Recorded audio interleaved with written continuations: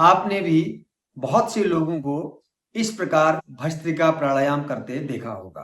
तो आज हम चर्चा करेंगे भस्त्रिका प्राणायाम करने की सही विधि क्या है, कितनी देर तक करना चाहिए और सही विधि से यदि आप प्राणायाम का अभ्यास करेंगे तो क्या आपको फायदे होंगे। गलत तरीके से अधिक समय तक गलत पोस्चर में यदि आप इस प्राणायाम का अभ्यास करेंगे तो कौन कौन से नुकसान आपको हो सकते हैं। तो चलिए शुरू करते हैं आज का वीडियो। तो पहले तो जान लेते हैं भस्त्रिका प्राणायाम करें कैसे। पोस्चर बिल्कुल सही होना चाहिए। ये ध्यान रहे कि जब हम अभ्यास करेंगे शरीर हिले डुले नहीं, अधिक गर्दन कमर झुकी हुई ना हो, एकदम स्थिर होकर के बैठे रहेंगे। प्राणायाम पहलवानी करने के लिए नहीं होता, प्राणायाम सहजता से होता है। तो भस्त्रिका प्राणायाम में लोहार की धोकनी के समान श्वास भीतर बाहर जाता है, समान गति से, गतिपूर्वक जाएगा, लेकिन झटके नहीं, किसी प्रकार की जोर जबरदस्ती नहीं, एक सहज भाव से श्वास को भीतर बाहर करते रहेंगे। कैसे, अभी मैं आपको करके बताऊंगा। दूसरी बात, कई लोग प्राणायाम को बहुत गलत तरीके से करते हैं। पूरा शरीर हिलने लगता है, शरीर पसीना पसीना हो जाता है और यहाँ तक कि कई लोगों को तो बेहोशी जैसी आने लगती है, मानसिक रूप से उद्वेलित हो जाते हैं। गलत तरीके से अभ्यास यदि करेंगे भस्त्रिका का, ब्लड प्रेशर तेजी से बढ़ेगा।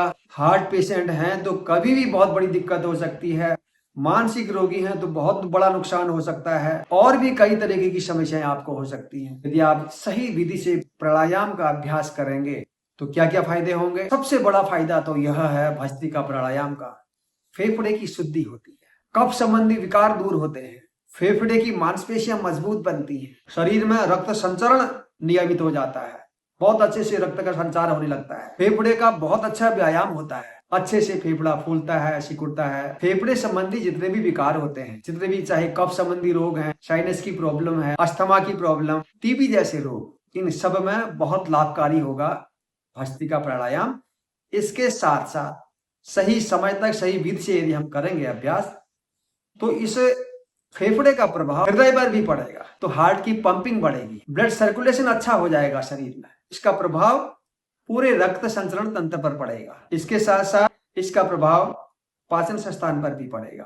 तो बहुत जबरदस्त फायदे हैं इस भस्त्रिका प्राणायाम के, कि फेफड़े की शुद्धि के लिए तो बहुत जबरदस्त प्राणायाम है भस्त्रिका प्राणायाम। अब जान लेते हैं कि करेंगे कैसे, सही विधि क्या है, कितनी देर तक करें भस्त्रिका प्राणायाम का अभ्यास। तो इसके लिए कहा गया है कि प्राणायाम का अभ्यास एक लयबद्ध तरीके से श्वासों को भीतर बाहर लें।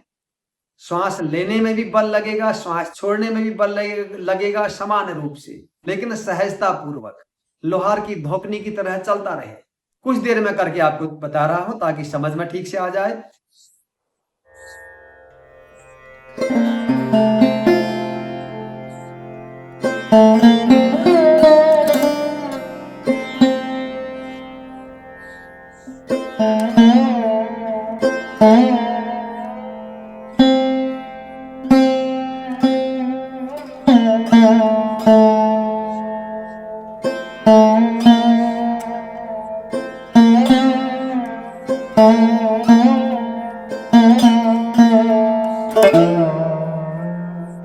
विश्राम। आरंभिक साधक एक चक्र में 20 श्वासों का अभ्यास करें, यानी 20 बार श्वासों को लेना छोड़ना है और ऐसे 3 चक्र करने हैं।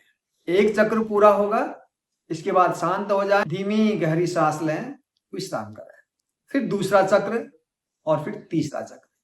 3 चक्र से अधिक नहीं करने हैं भस्त्रिका प्राणायाम के।